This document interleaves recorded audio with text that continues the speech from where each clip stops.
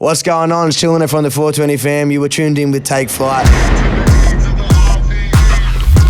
Hey, yo, what's good? It's your boy Wings and 24 Karat Kev. Hello. You're tapped in with a Take Flight podcast, brother. Today, yo, it's the 420 General, bro. The 420 General. It's Ganja Schwarzenegger, bro. Yo, it's chill with the fresh shave. That's Chillinit 420. I'm claiming 99, but what was it? What was the first one? The Schwarzenegger one? Ganja Schwarzenegger. That's my alternate rap name now. If anyone wants to question me, find me. Sorry. It's Chillinit in the building, bro. What's happening, bro? You beat us to it. Chillinit 420 Don't leave it hanging, bro. Come on. Much appreciate it, man. Brother. It's good to be back. I was actually saying to you, it's deja vu. I remember the first podcast. Yeah. Just in the garage, we winged it, and then now I'm walking into here, into this fine six-figure looking office. I'm impressed, man. You and Kev have done really well. That was man. actually one of the first things I wanted to bring up. I forgot to put it in the intro. Our first ever Take Flight interview guest, Chillinit, bro. All right, Yes. First ever. He's First back. ever. He's He's back. back He's for back. more. I'm Yeah. still here somehow, some way. I thought I would have been dead a couple of years ago, but somehow I'm still You made kicking it, on, bro. brother. You made it. And you've done a whole lot of shit You can't since. kill the boy Chill. What Come can on, I bro. say? So first of all, we just mentioned it, bro. Bald head. Tell us about it. Where'd it come from? What's going on? Okay, so it was like so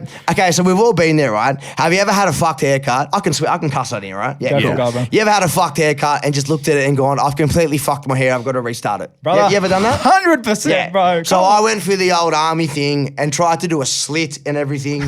I ended up looking like I got hit by a lawnmower or Edward Scissorhands had a fight with me. True. So I just decided, shave it. Once I shaved it, I actually kind of grew on the look of it. I was like, this is kind of nice feeling. So I got one of those electric fucking knives and just knifed the thing all the way back. So there is literally, like, if you touched it, it is like shiny as. And Hey, bro. when you condition it, I will never go back. Also, bro, you just talked about getting into a fight with Edward Scissorhands. Bro, the nose. What's the nose, bro? Looks like you just got into a fight right here. Come on, guys. I knew it was going to ask. Come on, bro. I thought I'd save it fresh. I want to shout out my brother Luke, by the way, because he's going to watch this and crack the hell up. So will all his friends. Basically, we've been getting into the UFC. As you can imagine, coming to Sydney next week. Shout out Ty. Hope he gets his win. I'm a massive UFC fan. I actually stayed up to watch Korean Zombie fight. At 10 p.m. on Saturday night in Singapore. He retired recently. But so I was watching that, and my little brother Luke, he's about 15. And as an older brother, you always think you're the toughest. And he goes to me, I 100% think I could choke you out. I said to him that there is no chance in hell you could choke me out. Now, when I said choke me out, I'm assuming he's going to hold me in the air, or just hold me and choke me. I'm sitting down, the bloke grabs me off the couch, holds me in the air so my legs are off the ground, and my face is going red, and he just held me, and he just whispered in my ear going, shh, shh. And I shit you not, when I blacked out, he just let me go. And that's where the... That's tile Nice, first. bro. That's tile first on the ground, Yeah, yeah. bro. All right. Yeah. Look, you didn't break it? No, probably. So thanks for that, Luke, bro. I appreciate that. Shout man. out, Luke. All the best. Yeah, Hey, thanks that's for that, that bro. 15-year-old rage. He's Yeah, gone through high school. Big tough guy though. Go do that in the UFC gym and see how it goes. I doubt it'd go the same way, brother. But nah, he's doing really well, bro. My older brothers they're coming of age, bro. It's crazy. I remember they were the kind of kids I was rapping about because I was trying to inspire them, and now they're inspiring me in certain ways. So Bro, I feel it's like a very big blessing, man. I feel like I get to watch them grow through your Instagram over time, bro. I 100%. try to do that, and you know what? Some people find it a bit tacky, but I try to be as interpersonal as I can. I find that in this day and age, you know, people want to know who you are. Mm-hmm. You know, people want to know what you're about, what you get up to, what your day-to-day life, because people relate. So to the detriment of my own self sometimes, I try to share as much as I can of myself and my family within reason. Of course. That's a big thing. We'll talk about that a bit after anyway, bro. But you look... 2 years you've been missing. Not missing. That's the thing. No music, but you have stayed out there, bro. Your face, you've been sharing your life. We've seen you grow in so many different ways. But before we get carried away, we'll talk about that a bit later, bro. Stick to the script, bro. Stick to the script, bro. First up, bro, Puck Energy. Just Puck dropped. Energy. Yes, Just it did. dropped, bro. How does it feel to be back dropping music? And how's the reception so far for you guys? The reception's been the best reception just because... So this is the thing, and I think a lot of rappers who are watching it will probably go fucking oath, and I think someone like Kev, someone like yourself, who's in the industry will go, yep, I can relate to that too. You do have your mainstream boppers, you know what I mean? You put your drums, you know what's going to work, you get your pop catchphrases in there, you don't make it too complicated, you get a big clip, you get the cards, you get the girls, you're guaranteed to do numbers, you know, because you've got that attention. I took a lot of pride in the fact that we just went with a black and white camera, we didn't have a hook, we didn't do anything fancy, We didn't get any girls. I got my wife and my son, and I spat bars for 3.5 minutes, and I captured everyone's attention for that whole entire time. The streams are speaking for itself. I think it's 100,000 or something like that. It was trending on YouTube for a bit as well, which was pretty good. And just, for me, it was just more the start of what's to come. I just think that there's like a bit of a gap. And I'm a massive drill fan. And don't get me wrong, I've got plenty of drill tracks in the bank that are going to absolutely slap. I might give an exclusive away right now. I'm sitting on one with RD. That's the first you're going to Let's go. Exclusive. Me and RD are sitting on an absolute banger, and it's something very, very special. So I am involved in the drill scene. I'm also remixing an Australian classic, which is costing me a mozzarella, but we've got another drill track coming out on that as well. But I do miss boom bap a little bit. I do miss chucking on that Wu-Tang energy, like coming at you, that shadow checks boxing stuff. And with the next mixtape, I want to combine. That's why it's called 420 DNA. Because it's meant to be everything that made me who I am. Whether it's the boom bap, whether it's the acoustic track where I play the own guitar. I'm not going to give away too much, but I do my own guitar as well. Whether it's the drill. Whether it's getting, some singers on there, I just really wanted to show my diversity and show what makes up the 420 DNA. So, Park Energy is really just, if you enjoyed that, man, you're in for a fucking roller coaster. That was a warm up. That was a walk in the park, to be honest. That took me about 20 minutes to write. Let's go. As well as, Park Energy being a heavy track, bro, visuals. Obviously, shout out Slippin', bro. Yes. Come on, Slippin'. Yes. I know there's a whole team behind it. I get it. I don't know everyone's name. I apologize. I'm sure you all killed it. But Slippin' is just a beast, bro. Yeah, can I just say as well, and then this is no credit to no discredit to anyone who's part of Slippin's team, but just to give credit to Slippin', she's a very dominant force. Like, I'm sure she's got a team, but if there was a word, she steers that ship.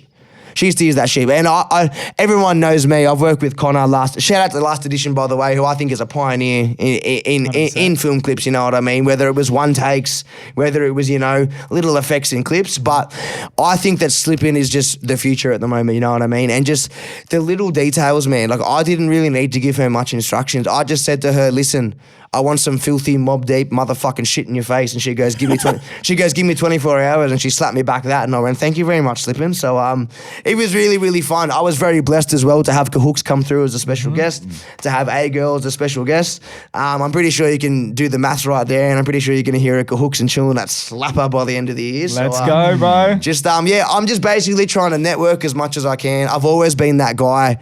I'd be curious to look it up, how many features I have. I've always tried to feature with as many people as I can because I love to see the scene grow.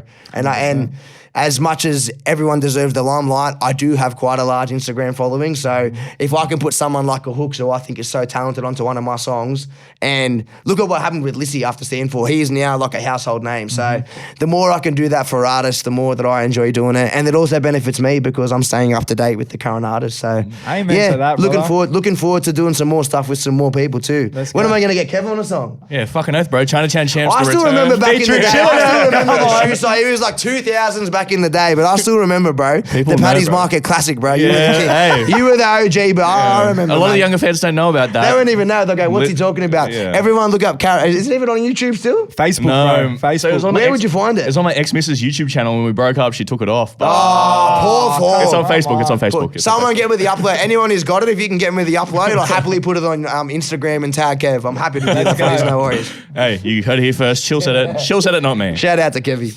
All right, so Park Energy. You're probably one of the only rappers in the world who could name drop Tupac in the title. Then you name drop Lil Wayne, John Wick, and Ricky Ponting. Yeah, and Michael Bevan and Michael Clark.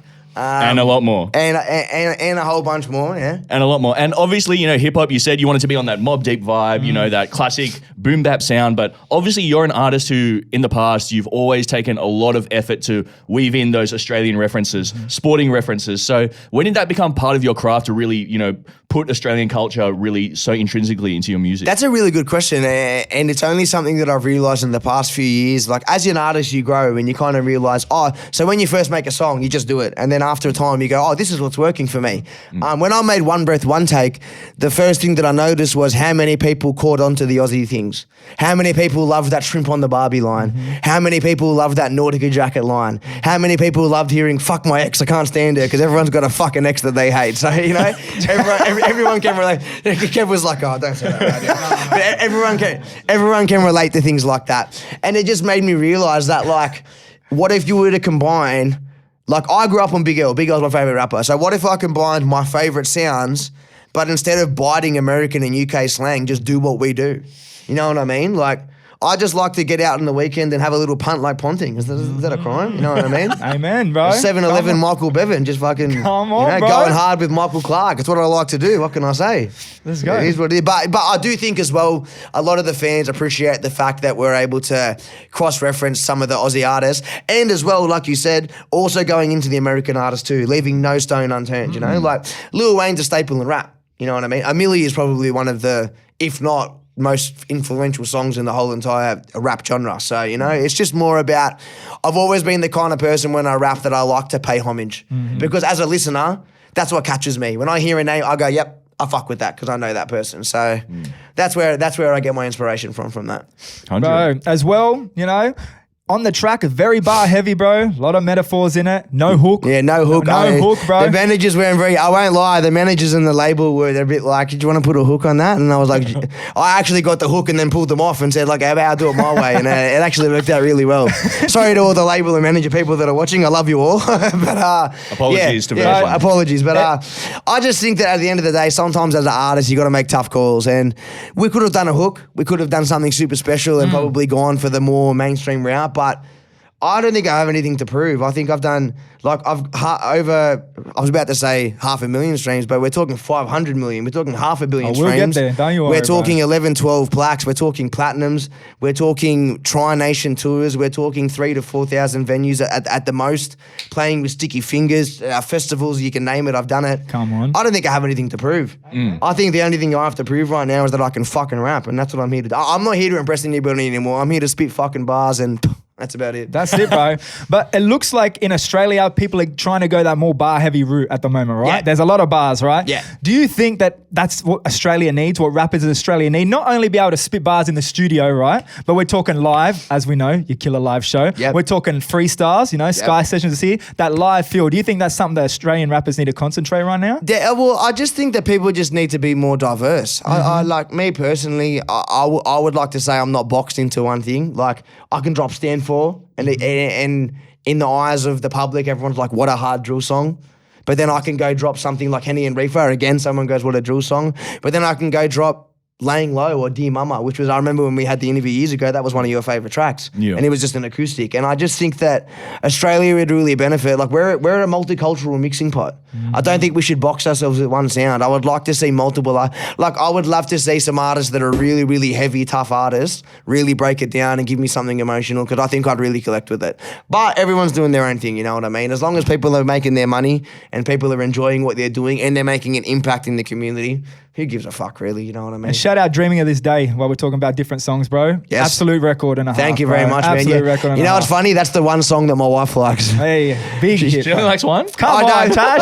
Well, she wasn't really the biggest fan of 10 Bad Bees in the Cut, Fucked Up with Henny and Reefer. I don't think she was a big fan of that one. Fair reasons. I think she was this close to saying, take it down, motherfucker. But yeah, she loves Dreaming of This Day. And I actually have some songs that I've written about my wife and my son, which I'm very, very, very excited to release. I think that I've grown, you know what I mean? Like, anybody who does this for this long and doesn't grow, you're basically an idiot. Like, you know, if you're doing something for 10 years and you don't grow as a person, you're probably making some mistakes. Amen, bro. And, you know, I might not have grown in the sense of like I'm the most famous person in the world now, but I've grown as a man and I've grown as a person, and I'm very proud of who I am. I'm a proud father. I'm a proud son. I'm a proud husband, and I'm proud to be sitting with people like you, just involved in the scene and watching the up-and-comers come up. And that was something that for a while I struggled to find. So just the happiness that I've got and just enjoying my music is really, really what I'm here for at the moment. So That's hectic to hear, Amen. bro. you can't lose when Hectic you can't lose when you feel like that. No matter what happens, you know, you can't lose. Amen, brother. So Park Energy is out now. Go stream it. Go look it up on YouTube, Spotify, all that. But you got a project coming out this October 420 DNA, the mixtape. Yes. You gave us a little exclusive before, but we're just wondering, any more exclusives you can give us about the mixtape that the fans out there might want to hear? Yeah, I can give a couple, because for me, so like this mixtape isn't meant to be. So just to give a rough idea, 2024, I'm working on probably my biggest project ever, and I'm talking features that are like, you know, like that are gonna blow people's brains and producers and everything like that. So Can you for tell me, us one? No chance. No chance in El Kevy. You're going to have to wait for next year. But the mixtape for me is just for the fans to give you guys something to do. So it's something to listen to. So just an example. I won't give away too much, but I'm very excited with the track with RD. It's a very bar-heavy track. We go backwards and forwards referring to the Aussie slang, UK slang. We go back to back. So it's such a vibe just to hear Aussie and UK accents going 100 miles a minute. And then as a person, he's a top bloke. We definitely both like to get litty for really, if you know what I'm saying. So I'm definitely a fan of him. Big exclusive because it only got made a couple days ago, and I'm going to actually make a big call here. Come on. Me and Nerve probably have the hardest boom bap song in the country right now. And we're just sitting on it, yeah. I'll give you an exclusive, bro. I've heard it. Oh, come on, Kevin. Come on, Kevin. Yeah. We got a question about that after, but continue. That part when we go, because we shared a line, so I was like, we want to go line for line for line. That Mourinho bar is probably the hardest bar in the country, and usually hear it when it drops. But shout out to Nerve. Can someone airdrop me the song, guys? What am I missing out on? I'll play it for you off air. It's actually a really good banger, and I want to just shout out Nerve as well. It's been a pleasure. I'm living in Queensland now, so I go see Nerve every couple of days. Just to either train or to go get some music done. And I think that me and him are bringing the best out of each other. So it's nice to interact with some good friends again and just start making some good music again. And I think the results are going to speak for itself. So fingers crossed. I'm just going to say, if you like Chillinit and Nerve Where You Been, if you like Chillinit and Wombat Underrated, if you like Chillinit and Shadow School High, you're going to like this one. I feel like you just nailed that to the absolute fucking T. Come on, Kevin. Me and Nerve discussed it, and we were like, people that love Where You Been, people that love Underrated are going to sit at home doing this, listening to this song. And then you just hit the hammer on the head. If you're looking for a filthy bar after bar after bar, and then when you think it's done, you get punched in the left eye with a bar, listen to the Nerve and Chill song when it comes out. But in regards to the mixtape, it's about, I'm not too sure of the track listing. It's about the 10 to 12 songs. There's a sample on there that is the kind of sample you'd probably be like, there's no fucking chance you can clear that. But luckily we were able to do that with a little bit of mozzarella. We were able to get that done. Very, very excited to be able to release that and be able to put that out to the world, because I think it's going to really going to put Australia on the map for being Australian sounding. I don't want to say anything about what it is yet. I think some fans have seen me tease things and have kind of got a grasp of it. But this sound is the epitome of the Australian sound, and we've turned it into a slapping drill track. And I really think it's gonna blow. I've got Jane Collective, shout out to Jane, he's on the production, so we're going all out with it, you know. So there's no stone unturned. So one of those stay tuned. I'm really excited. And then you've got the boom bap tracks in between, you've got everything else in between. I think there's no stone unturned on the tape, and I'm very proud of it. So I guess I'll let it speak for itself. Maybe you all listen to it and go, this sucks. So we'll see hopefully you don't. Highly doubt it. Bro, you've obviously mentioned on Instagram as well, having tracks, and you just mentioned it earlier with Cahooks. Yes. Tracks with Babyface Mal. Yes. Are these on the mixtape? Are these on the mixtape? I could just start doing this right now. It's called Reservoir Dogs, and we basically are recreating the movie Reservoir Dogs. Come on, so just picture me and Mal walking, looking like some fly motherfuckers in a suit. So Mal's known for his a very unique delivery. It's something very unique, very talented artist. I got him on a jazzy boom bap tip. And I've never heard a man ride a beat so smooth. I can imagine it blew me away. Like, I was like, yeah, cool, it'd be nice to get him on this. And I actually was like, I need to change my verse. This cunt's that good. Like, so shout out to Mal. Shout out to Mal, bro. Absolute beast. Mal had me back on my phone changing my verse. That's how good it was. And I am so excited to be able to put that out and just be able to link with Mal. And then I have the pleasure of Mal's coming on tour with me. Let's go. So it's basically going to be me and Babyface Mal running amok around Australia. So there could be a lot of trouble.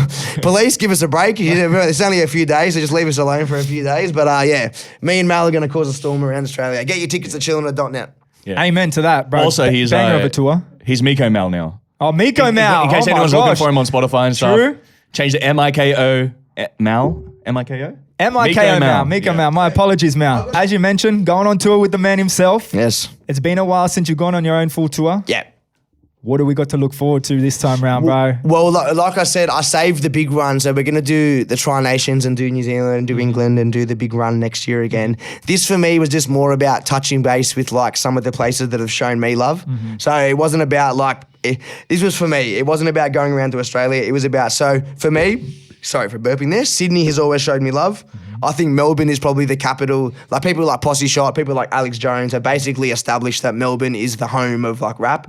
And then as well, I'm playing a couple festivals with this, that. So I'm doing a small little run from Sydney to Newcastle to Melbourne, then back up to Brisbane. Luckily enough, to be surprised, we only went on sale yesterday and we've nearly sold out just on pre-sales. So let's go, bro. I think we might have to launch a second metro. So we might be doing 2 metros in Sydney. So if that is the case, stay tuned for that. But I'm pretty blessed and pretty lucky, you know, to have 2 years off and do a double, even 1 metro I'd be happy with, to potentially pull off a double. It's just a credit to my fans. Like I say it all the time, like, yeah, I can rhyme words on a fucking beat good, but without my fans and without the 420 fam, I'm just a bloke around Fendi sitting in a room. So shout out to the 420 fam. There is no me without you. Okay. And there is no me without my wife and son. I just want to establish that. They've actually made me a better person. So hey, we need to get Tash on the podcast soon, bro. Hey, Tash and Leo. Tash and Leo on the pod, bro. Come on. Tashi, here's your call out right now. Tash and Leo, if you want to be on the podcast, this was it. Hit me up. So I remember last time I saw you on tour, huge show in Melbourne. You did 2 on St Kilda. It was the outdoor. It was almost like a fucking festival, but it was their own headline show. One of the biggest Oz rap shows I've ever seen. But I remember there was a moment on the second show. I pulled through with Nerve. There was something going on in the audience. There was like a little kid in there who was, someone was trying to fight him or some sort of aggression going on. And you made a big point of, you know, stopping the whole show. You brought the kid on stage. You got the guy ejected. He still messages me, that kid, by the way. He's a lovely kid. Yeah, so this little kid just gets pulled up on stage in front of like 4,000 people or whatever. He's with Chill, and then he gets put on side of stage with just all of us and all these girls and stuff, and then people are handing him all these merch packs and stuff. And I remember after the show... Made his night. Yeah. I remember at the show, like, you know, after the show, you really took effort to, you know, take photos with him, make sure he was sweet and all that. And the guy who I was with, Mike, shout out to Mike, he actually said, you know what? This is why Chill is as popular as he is, because that kid is going to go to school tomorrow and he's going to tell every single one of his friends about that whole experience. Thanks, man. I appreciate that. As you get bigger, you know, as an artist, as, you know, the shows, as everything gets bigger, how important is it to kind of maintain that kind of, you know, really intense, intimate relationship with your fans? I've got to give props to Kev. Kev has absolutely leveled his questions up. You are on. I feel like I'm on a current affair Let's right now. Let's go, Kevin. I've got Ray Martin right here hitting me with the hard-hitting questions. But no, it is a great question, and I honestly think 70% of rappers aren't as famous as they are because they lack that. And I think there's some people at home who are like, damn, that's me. You know what I mean? Like, you know, like I see so many rappers and I hear their bars and I go, that is a really good song. But then after that, I don't see their stories. I don't know them as a person. I wouldn't know what they look like. I wouldn't even know what their name is. I just know that I heard the song and I enjoyed the catchy hook. And like what you said, the thing that makes me so maybe marketable is that I put myself out there. I'm not afraid to be judged, whether that's on a good side or a bad side. And in the situation with that kid, I watched it for about, my brother can vouch for this. So if anyone wants to ask any questions, Brock, I'll give you a long story short of it. Am I allowed to stand up? Am I going to be off the camera if I stand up? No, stand up. We'll get our guy to tell us. Yeah. So, can you see him standing up, Can you see me standing up here? Can you see me? Yeah, cool. So basically, they were doing a mosh. Just stay in this side. They were doing a mosh. Now, the bloke was about this big. Mm-hmm. He had no shirt on. He was having the time of his life. He was screaming the lyrics at me, right? And there was a bloke there, and I know what it's like to mosh. I've been in a mosh pit off my head. Mm-hmm. The bloke had one of those standard, like, wing chest tattoos, bro, across like that, bro. Like, only God can judge me on his neck or something. I don't know, one of those guys. Anyway, he's shoving the shit out of this kid. Mm-hmm. Now, I watched for a couple of minutes, and I just went like... But mind you, when you're performing, it is one of the hardest things to do to perform and see that and not let it show to the rest of the crowd, you know what I mean? And he actually hit the deck and I just got to a point where I stopped the show. And I just kicked him the fuck out. I did feel bad because on the way out, people were booting him on the way out, the guy that got thrown out. Yeah. And I actually did say, can you not do that? But I just wanted to make a stand that, like, if you're going to, and I'm saying this to anybody who's Just the mic. Yeah, get back on the mic. Get back on the mic. back on my mic now. Yeah. Got too excited. I want to apply this just to anybody that does come to my shows as well, because I am quite passionate about it, and that's why I got a bit worked up, because it was something that did bother me. I don't give a fuck if you're the kind of guy that spent thousands of dollars on my merch. I don't give a fuck if you were the guy that listened to tribal shit 10 years ago. If you want to come to my show and start a fight, do me a favor. Don't fucking come. Please don't. Go use your money and go buy something else, because I don't want you at my show. And if that offends you, please don't come. Simple as that. Good vibes, good energy only. Big message. That's it. Big message. Not even a big message, just hard, cold truth, bro. If you want to come to a show to start a fight, come to a boxing ring and start a fight. 90% of you get dropped. Let's go. Let's go, bro. So obviously that show was, like I said, one of the biggest Oz rap shows I've ever seen. Thank you. Yeah, I felt that too. Did you see the 420 Batmobile sign? Yeah, I saw pictures projected of on it. the I felt wall. like Batman. I Come felt on, like man. Batman That in was there. I was like, that crazy. was crazy. Funny story as well. We had to play that show twice. Yeah. It was meant to be full capacity, but because of we had to play it twice. Worst one was the Enmore Theatre. I had to play 4 Enmore Theatres in 48 hours. God, bro. My throat was not very happy with me after that. Yeah. Not at all. Not at Well, all. back to full capacity shows. Catch Chillinit on tour this October, November. Let's go. Get your tickets if they aren't sold out by the time this comes out. But Yeah, that could be, but there could be a second one, so stay tuned. Stay tuned second for one. that. So that show was in 2022. Obviously, 4,000 people, however many people it was. If it seems crazy that it was 2018 when I met ya, you were playing to 200 people at the Captain Cook Hotel in Darlinghurst, up the road in Sydney. And four and Wombat was on there, Shadow 4 years was on later, there. and there's 4,000. And 4 years is nothing when you think about it, considering all the growth that's happened in between. So, how does it feel looking back on those initial shows? When it was very DIY, we were booking shit on the fly, not knowing what was happening. I remember booking the Captain Cook Hotel and rocking up to the venue the night of the venue and going, why is there a pole in the middle of the crowd? And he's like, oh yeah, it's just how it goes. And I'm like, oh, okay. And then there were people climbing the pole. I'm pretty sure there was 17 people on stage doing a cypher at one stage. It was probably the most cooked event. But that made it what it was. 100%. Every single person went home that night and went, did you see the fucking ruckus that just happened to Captain Cook? I've never seen anything like it. So to answer your question, in the 5 years' time, I think Beyonce says it in an interview, the moment you stop and look back at your what you've done, that's the moment you've decided you're done. If that makes sense. So don't get me wrong, I'm over the moon proud of what I've done, but the moment I sit here and smell the roses is the moment that I start to wind down. I've got so much more to do. I don't have time to think about that. That 4,000 show was great. I'll let you know when I do 8. Yeah. When I've got an 8,000 man show and I've got some American rapper underneath me on the headline, I'll let you know. All right? Hectic. All right? 100%.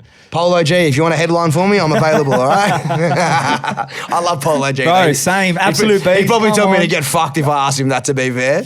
He'd be like, cop the BMW. I've got a BMW too, It's only an X3, but, Well, to be fair, you probably sell more tickets than him in Australia, so Polo G. Let's go, bro. If I went to America, though, I reckon I'd be lucky to sell 10. Hey, you I never might know. just busk on the side of the road. There's a bit of money in busking in America. That's all right. So with that first run of those Get Bodied shows, like I said, it was very DIY. Everything was organized so much on the fly. So I had no knowledge. I had no idea what I was doing. no to be fair. knowledge. So what do you think are some of the great lessons or memories that you just took from that run and that you've applied to today? I could go forever, but I won't. It's just that I think the biggest lesson I learned is you can't, when you're being a boss, or not being a boss, I wouldn't say, I hate saying that because I'm not a boss, I'm not anyone fancy, I'm just a normal person that had a really great run, dedicated his life to something and it paid off. But I think that anybody who's pursuing something with such passion and drive, you're going to piss people off. You're going to upset somebody, even if you don't mean to, even if your intentions are the most purest gold, you're going to upset people. So the best advice that I learned is if you're in the game of life to never upset anybody, don't try and chase your dreams, man. Because if you want to chase dreams, you're going to have to hurt some people. And you're going to hurt yourself on the way. There's been many a times where, don't get me wrong, you're sitting here looking at my stack of Cartiers and my Rolex and my bling going, wow, what a life. Do you know the amount of times I've sat at home crying at night, convincing myself to get back up on that stage and I've got one more show to do? You're never going to see that, you know what I mean? So the best advice that I would give and what I learned is that it's a sacrifice.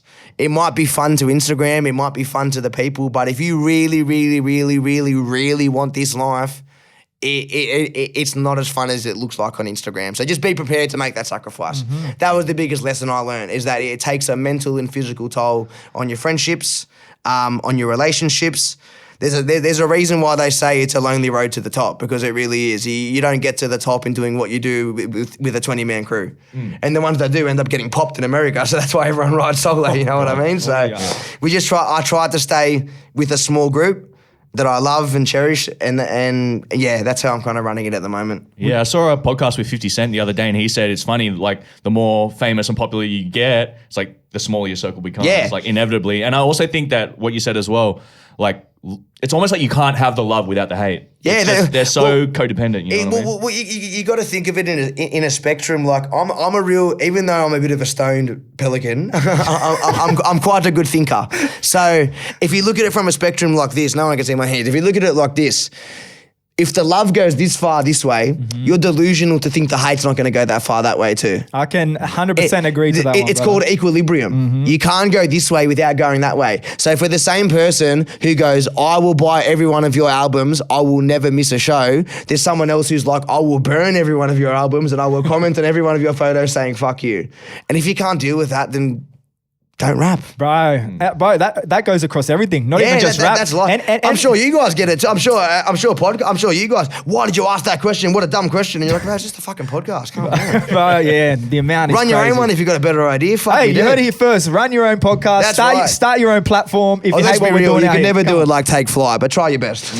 All you need is the internet and a phone. You got no excuses. Just get it done. Get it done, and this is what you can do. Have a fun time, bro. Have a fun time. That's it. All right, hit me. I've seen you talk about this one a bit lately, but after your initial breakout, your career has skyrocketed. Let's be serious, bro. You talked about it earlier. 420 million streams at some point last year you hit, or that could have been this year? I've hit the 500. I've hit the 500 million now. There's a lot of zeros. There's a lot of zeros. Woman, weed, and wordplay. 155 weeks on the charts, did you mention? 158 counting, and over 160 million streams just on my debut. Bro, how does it feel to look back and not even look back? Still number 3 in the charts today. So it's not even looking back because this is current. How does it feel to see these numbers happening, bro? Look, I do look at it, and it is a nice feeling to be able to say, one of the nicest feelings is being able to show my brothers and having them be proud of me and getting them to, growing up, I probably wasn't the best kid. Didn't really have much ambition. So to be able to do that and show them that I've done something is a pretty nice feeling. However, back to what I was saying before, the moment you start looking at your numbers and going on, like, to be fair, I'm gonna not rip myself, but I'm gonna be strictly and fairly humble. That's my debut. I want my next album to be in that top 10. I don't want to see my debut sitting there for the next 5 years while all my other albums sit in the bottom top 20. I want to beat that. And I think that's the attitude that makes great people, you know? Like, most people go, oh, I'm number 2. What a success. Let's sit with that. Nah, I want number 1. Then after that, I want Billboard. Then after that, I want to go around the country. Then after that, I want to start a business. Then after that, I want to... The sky's the limit, bro. The moment you stop trying, you're dead. So until I'm 6 feet under, I'll be pushing for $1. Let's go, bro. And I know you've mentioned a few of them already today, but what would you say are a few of the key factors that have contributed to the success, bro? I know you've mentioned a few, but is there anything else that you think is one of the biggest? The biggest, like, to sum it all up, is just my mum. My mum. And it's a bit of an emotional thing to say, but I'm not going to be one of those fucking crying people. But like, my mum, like, really stuck it out with me. Like, I'm a father now, and I've got a wife, and you know, and I sit there having a kid, and I think about some of the things I did, and I think a lot of people that have kids can relate to that. Having a kid and looking back and going, wow, I can't believe I acted like that to my parents, or I can't believe I thought I knew all of this and that. And just knowing that my mum went through having to raise me, having to deal with me growing up. The fact that I was able to buy her a car, the fact, I can't explain to you the feeling of sitting in the car I bought her and we're both singing Susan's Son. Like, you could kill me right now and I'd die a happy man. You could not put a price on that, man. So if there was one thing that I think is the biggest motivation, it's just my mum. I strive to be the best person because I want my mum to be proud of me. That's really. There's plenty of other factors. I could sit here for hours, but that's the big reason why. Shout out Susan. Shout out Susan, come on the podcast. She is a queen. You know what? She would probably come along. Brother, because Kevin has an idea for you. We'll talk about that one we'll later. talk about that later. That's We'll talk about that cool. later. that sounded like a scary idea. Kevin's like, I got an idea for you. I'll talk to you later. I was like, Kevin, what are you talking about, mate? Hang on, Kevin buddy. has had a good idea for it. We'll get that one out. Gotta love Kevy. Gotta love Kev. All right, on the opposite side, bro, again, you mentioned a few of these. What are some of the biggest things you've had to sacrifice to get where you are, bro? Oh, man, where do you start? Mental health. That's the biggest one you sacrifice. A lot of friendships. So obviously growing up, I was a tradie. I was a gym guy. So as you know, your friendship groups are pretty much based around how you live. When I first started doing music, I was on everyone's level in a way. And I say that very calmly because everyone's very talented. I do not want to put myself in a category above anybody. I know that people do, but I don't like to do that. But there was a time when we were all together, and I think Get Bodied was when we were all one person, and there was no one person's here, one person's there. And if there's one thing that I think happened is as my success grew, I felt a little bit alienated. Like it kind of was like, I kind of wore the burden, like as if it was my fault or it was just like, you know, and I do understand it's a competitive thing. If it wasn't me, I probably would have been the guy home going, fuck that guy as well. You know what I mean? It's just the way it is. But it does get a little bit lonelier as you get into the top, you know what I mean? And you do have to sacrifice. You got to make a call. Do you want to please everybody or do you want to be the best of what you do? Floyd Mayweather is the richest boxer ever. How many people like Floyd Mayweather? Jake Paul owns 5 houses. How many people like Jake Paul? How many people trash Champagne Papi?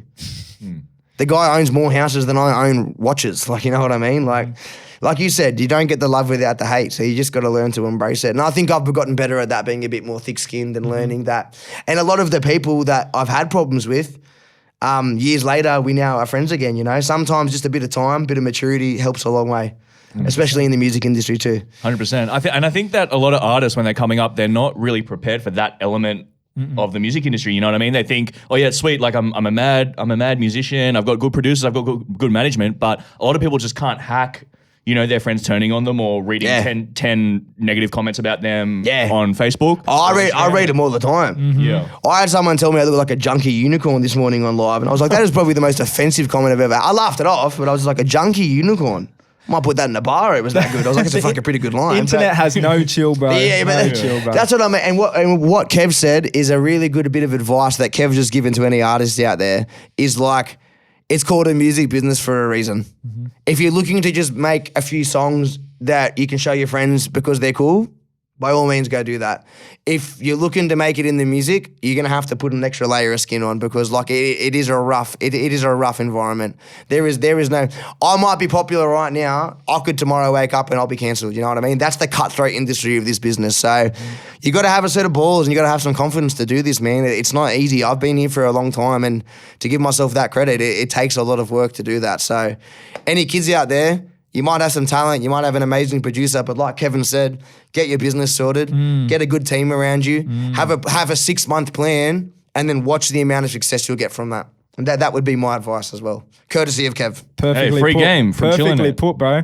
Free game. Hey, before your most recent single, bro, as we mentioned, you took a bit of a break away from making the music anyway. Yep. What did you do with yourself in that time away, bro? Look, obviously we've seen you pop up on the internet, but what were you doing with yourself? What pushed you into taking those, like, changing diapers and sanitising bottles. That was it? That was the reasoning? Yeah? Nah. I'd done it and I'd made the money. I'm not going to go on about the money I make, but like I'd made the money. I was satisfied.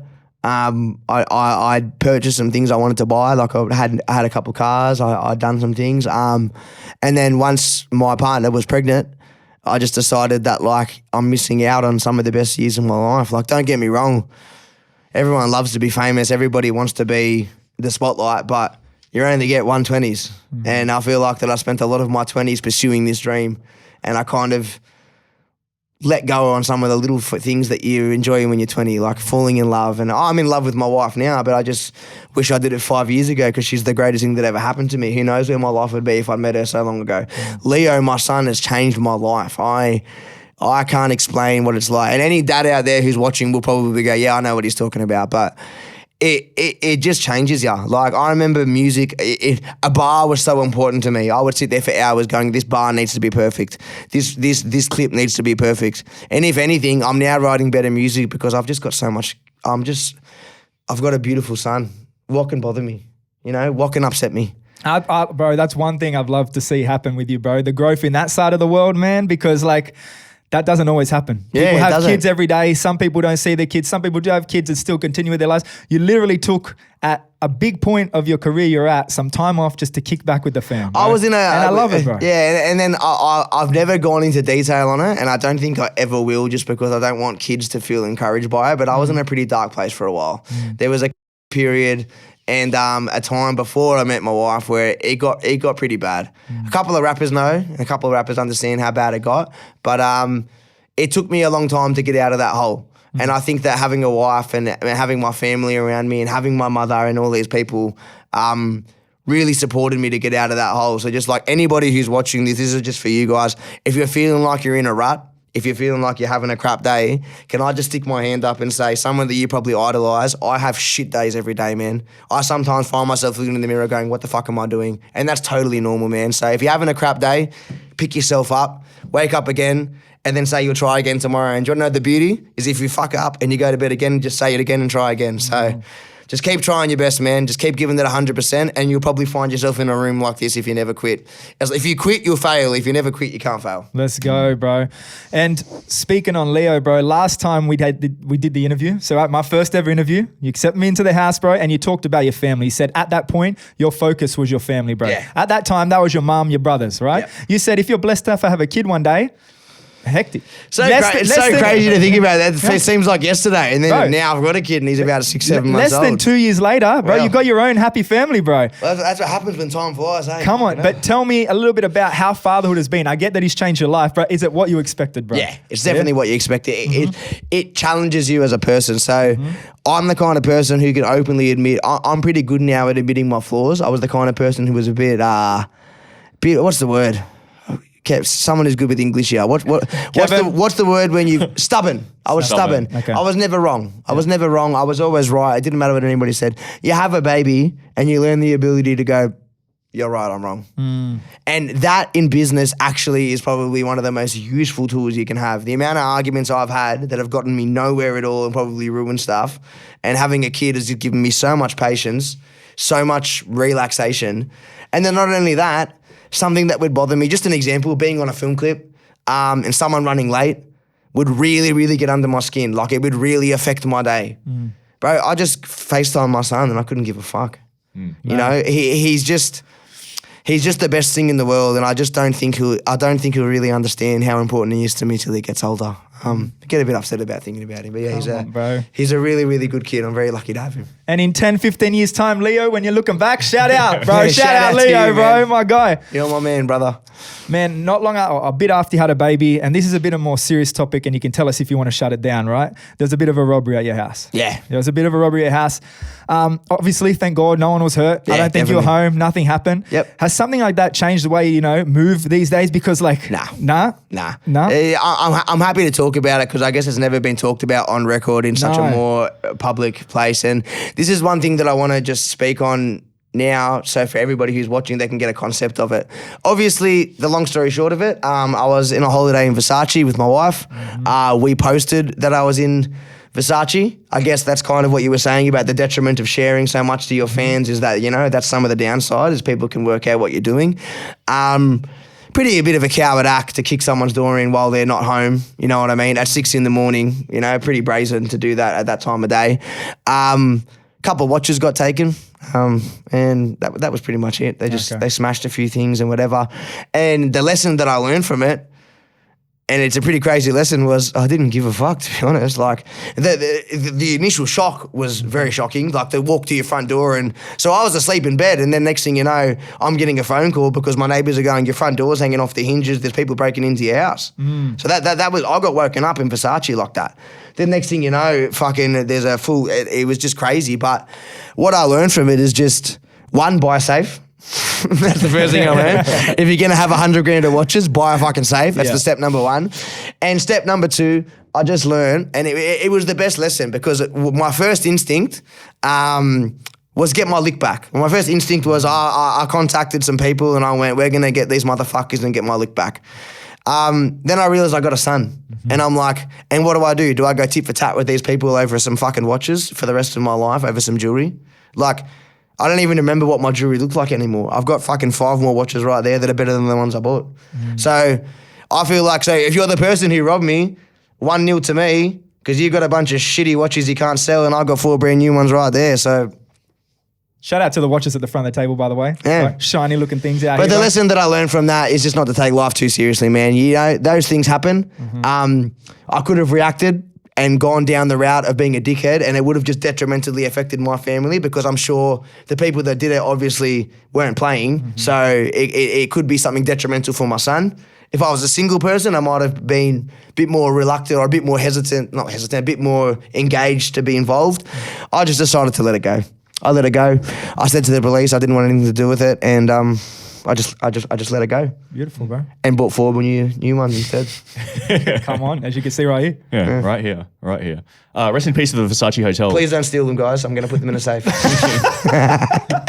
I asked nicely, didn't I? Surely. I can picture the bloke watching it and he's probably got his... That was me. He's probably wearing it. I've got his watch. Fucking enjoy it, brother. I hope it fits you nice, mate. Enjoy. Chill, providing the community, bro. That's it, bro. Not only are we giving money back, we're even giving watches to people that need it more. It's all yours, brother. I hope it was worth it. Good luck to you. So you just mentioned the Versace Hotel, rest in peace, doesn't exist anymore. But heartbreaking, isn't it? I managed to get a sneaker trip in on February. I enjoyed it. Yeah, I liked it. Can I ask you a question? Do you find it overrated?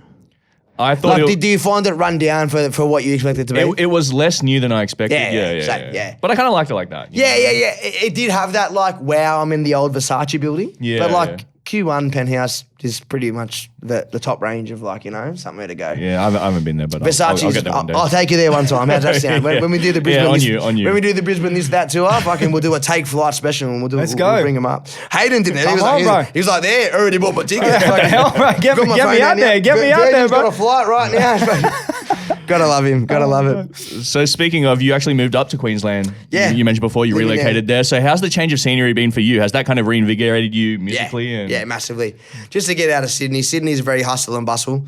You don't really realise how fast it is till you leave, but at the moment I'm not going to give away where I live. That would be the most dumbest thing I've ever said in my life. But I'm near the water, which is a nice, relaxing environment for me. And for me, it was more about just a chance for my son to not be around so many people. Like, I have lived a life where I have friends, but I have 1,000 acquaintances, and it just becomes a bit tedious when you got a baby. So I just wanted to get a fresh start, and the ones that matter to me make the calls to me, and the ones that don't have drifted apart. And like I said, when you talk about sacrifices, that's the ones you make. When you have a baby, you go do what's best for your son. Your real friends will contact you, and the ones that don't, well, then that's just the way the cookie crumbles. So Preach, brother. you just learn as you go, I guess. But yeah, no, I'm really enjoying being in Queensland and being able to link with Nerve. Yep. Very, very nice feeling because me and Nerve really have good chemistry. So I see him I see him twice a week. And we're just going backwards and forwards, slapping songs together. So who knows? There could be a Nerve and Chillinit tape. Who knows, man? We're just going 100 miles a minute. Man, you don't understand how keen I would be for that, bro. Yeah, you know what I mean? Me personally, entire tape, I would love to go, if I had it my way, I would love to do 5 songs that are all back-to-back, multiple genres, hip-hop, drill, and back-to-back though, like 4-bar. Well, that's where we shine.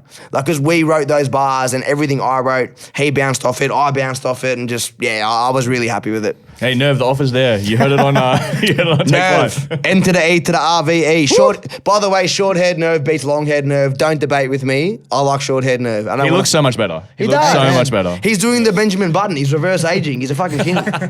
He's a king. Fucking shout out to Nerve. I reckon Nerve should try my haircut. What do you reckon about that? Oh, no, he could. I don't know about that. He's actually coming to Sydney next week. Maybe I'll put the clippers on him. Oh, there we Yeah. go. Maybe we can get that track done. Maybe we can get Slippin' to record it next thing you know. Hey, Slippin'. The call out's there right now. Slippin', let's get together. Let's get Nerve together and drop a track within 24 hours. That'd be too quick. Within a week. Come on. Let's get it done. Management's watching now. They might have to clear that, but Yeah. Adits out there going, not going to happen, mate. There we go. So we mentioned before, you have a lot of ventures, a lot happening inside of music. You got the tape coming up, you got the tour. a lot outside of music too. We've seen you on Insta previewing, a lot of marijuana related products. Yep. So take us through that, because I just came back from LA and that shit over there is booming industry. It is a very, very, very. It's a seven-figure industry at the moment. It's a very booming industry. In Australia, it's a little bit behind to where America is. I grew up on that whole fuck the cops, smoke pot kind of thing. It's a medicine now, and I think that there's a lot of benefits for it. And I want to be an advocate to make sure that that's accessible to as many people as I can. So, but the long-term goal is to be able to, see my fans be able to get access to that. Like, obviously, you have to go through common sense. I'm not a doctor. I can't give you a script as much as I'd like to give you a call and go, here's the script for weed, mate. I ain't your drug dealer. You got to go through the doctors and the clinics and do everything correctly. But I would just like to see some more education around it, you know what I mean? And that's kind of what I'm trying to do. Just educate people so that they can make informed decisions and make sure they're doing the right thing, just so that they're not lost. Because me personally, I was lost. I didn't know what to do until someone finally helped me. And now my mental health is probably the best it's been in a long time. And I just think too many people are missing out on that chance. 100. That's all it is. What about sorry, bro. I was going to say, so we saw on Insta, you got the weed vodka, you got the weed pens. Can you give us an exclusive as to what else is in the Chillinit 420 range? Yeah, so we got the pens. The chronic vodka is a very, very, very special little thing. So we just signed that recently. So it's a venture that started in the UK, and we're partnering up with them because obviously chronic, me, goes hand in hand. It couldn't make any more sense. I just said chronic and me, and I just said self-explanatory. That's what it was. 100%. So that's definitely something that we want to do as well. He's one exclusive. Is he getting exclusive? Yeah, we want the exclusives. I tell you what, I'm going to send an invoice to Take Fly for these exclusives soon, mate. Whoa. What I'll do is I'll give you like a rough hint of what's coming. So obviously everyone loved the Gator Bukes. Mm-hmm. Everyone was a big fan of the Gator Bukes. And I had a little epiphany dream, and I was like, I wonder if somebody made a Henny Bong. So that could potentially be coming your direction, which can also be used as a pourer. Of course. With Gator Butte? Huh? With Gator Butte? It might be an original. It might be an original one of one piece. That's a very rare collector's item. But come on, I'll leave it there. However, as well, we are working with Gator Bug as well. I've got so many business ventures coming up. I'm trying to keep up myself. But what's it like venturing into the business sort outside of the music stuff for you, bro? Very hard. Yeah, I won't lie. It's very hard. It does take away from your rhyming time and effort. Like I remember when I first started, it was as simple as just write bars, and people like people like Nick's, my amazing team, would get the things done, and I would just do what I do. As I've gotten older, I like to be more hands-on. I like to be involved in everything I do. So it does take away a little bit from my time and effort, but I just like to be in charge of the ship, because if the ship sinks, there's only one person to blame. Mm-hmm. So I like to make sure I'm steering that ship, and making sure like even the littlest things, like even like with like pre-workout, like I'm just basically applying the business module to everything that I can possibly fucking think of, and just give it to the fans. When you get that pre-workout going, send it this way, brother. Definitely. Brother. What do you mean? They're going to be named after Strange, bro. You want to have some strawberry OG before the gym? I'll look after you. Let's go, bro. Let's go. Bro. 420 energy coming soon to a gym near you. Come on, bro. Hey, a quick little segment we like to do, bro. You tell us what you got. Co-sign segment, bro, right? You've obviously co-signed a shitload of artists over the time. Like you said, you're very involved with the scene out here, the growing scene. We talk about Mao, Hooks, A-Girl, here and there. Is there any artist that we might not know too much about that you can like stamp a cosign on right now? From Australia? Like an Australian artist? Give me a second, because there are a few that I have seen that I've been like, he was just on here. That Dibs bloke can spit. Shout out Dibs. He actually surprised me. He actually, I was like, wow, okay, these guys can spit. Another one who I think doesn't get enough recognition is Mason Dane. Mm-hmm. I think that Mason's got an international appeal, and it's kind of like the gift and the curse. Like the T-Pain thing was such a great thing for him, but then it kind of like from there where it's like hitting the ultimate height, and then kind of where. So I would love to see him get the exposure he deserves. I'd love to see him maybe link with him again, something like that. I personally think A-Girl has the best voice in the country. Let's go, Angel. And it just blows my mind that she's even still here. Like I just don't understand why she's not doing a song with Rihanna. Like I really, really, really don't get it, to be honest. And she can out-rap half of the rappers in Australia. Yeah, that's what I'm saying. And she can spit, and she got swagger too. You know what I'm saying? I think Lissy's doing a lot of stuff for his community, and that's someone I'd like to put on. I'll vouch for him as well. And I think that instead of just naming names, I just think that you can all agree, I don't think I've ever seen Australian hip-hop in a better position. You know, like Curse's still dropping his 10th album. Hilltop Hoods are still dropping. You've got the new guys coming up. I don't think I've ever seen a more diverse Australian hip-hop culture. And I think it shows because the numbers are showing. So like, instead of shouting out one person, just if you're an Aussie rapper, shout out to you, man, for just contributing to the scene. That's it. Shout out to you guys. Boom shakalaka, how was that? And also, hey girl, come on Sky Sessions. Yes, hey girl, come on Please, through, girl. get Come on. on through. Let's do something. I got a track with hey girl too. I got too many tracks. I got way too many tracks on the vault. Hey, that's not exclusive. Too many exclusives for you, mate. Too many. So it goes without saying, you know, we've spoke about it all this whole podcast. You've had one of the most impactful careers in hip hop in this country. We've talked about it this whole podcast. As someone who's been a long-time fan of Australian hip hop, as someone who's been rapping in the game since the Hustle Hard days for over 10 years. Big decade. Shout out Malik, by the way, just because he was the Shout out originator Malik. of Hustle Hard. So to give him his nod there. Shout out to Malik. Who do you think are some of the most impactful hip hop artists that have come from Australia?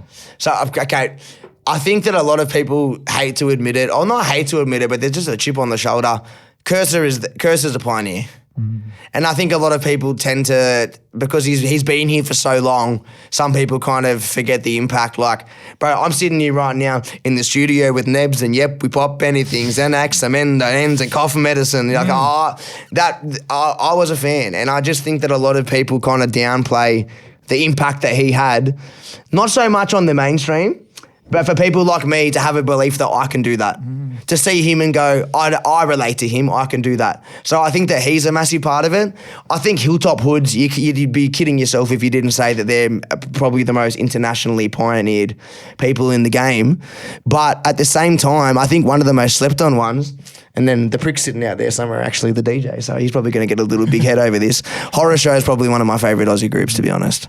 I think that if you don't know who Horror Show is, by the way, please look up so I better get this right, the Grey Space. The Grey Space. Yes. Classic. Please listen to No Rides Left and thank me later. I honestly think if you were to ask me what is the greatest Aussie hip-hop song ever made, I would say it's No Rides Left. But it's Solo is probably one of my favourite poets, not rapper, but favourite poets in the country. And I think Adit, who's out there somewhere, did the beat justice. It was the anthem to my youth. I used to go to my 4 a.m. shift in the warehouse, and every day it was that song. I remember there's that bar when he's like, I feel like the winning lottery ticket that went through the wash, and I could use a big Red Bull in my backyard. Like, I could quote that song back to front, man. So if you don't know Horror Show, The Grey Space, do yourself a favour. Turn off Women, Weed and Wordplay and go listen to The Grey Space. I've got enough streams. Go listen to The Grey Space, all right?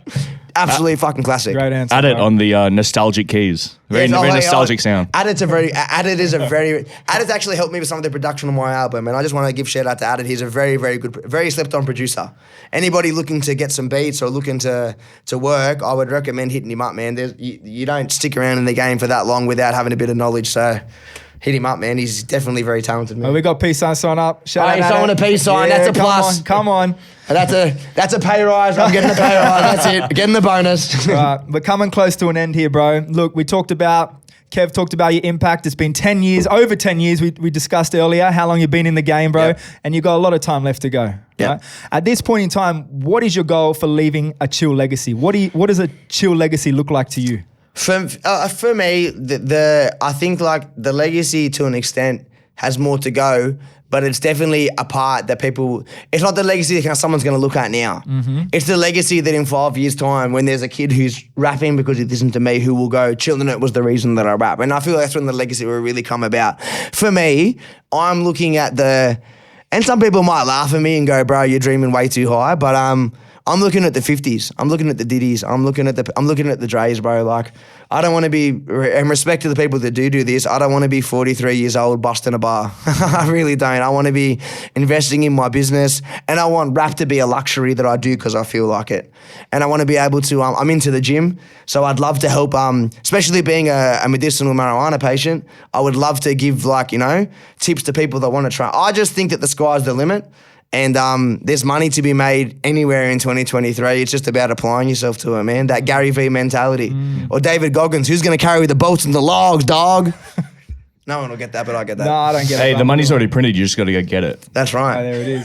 Can you print me some more? What was that? Can you print me some more? Yeah, absolutely. Thank you, Kev. I appreciate that. All right, bro. You just mentioned 50 Cent. Yeah, Chillinit vitamin water. Hey, we could get Vitamin water? What about cannabis water? No, I'm joking. Vitamin Oh, water God, would be bro. good.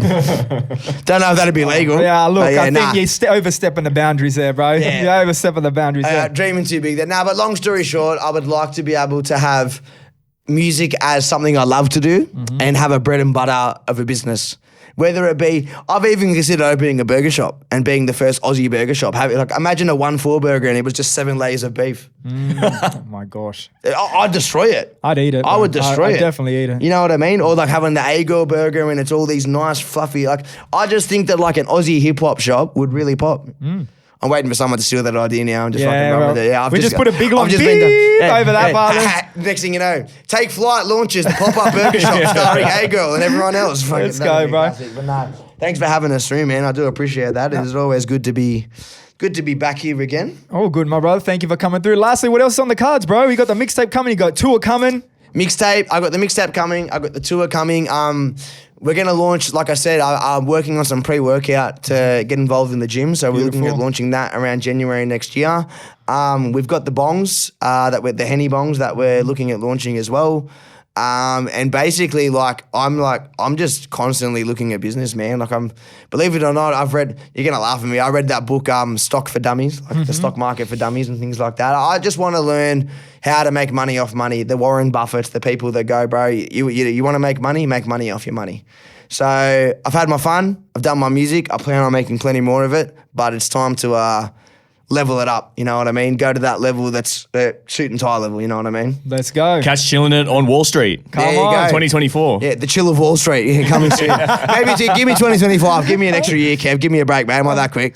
All right, bro. Thank you for coming through. Second time via Take Flight. I pleasure, appreciate bro. everything you've done for Always us, good bro. I to see you, appreciate bro. having you here. Yes. It's Take Flight. It's Chillinit. It's 24 Karat Kev. We out, bro.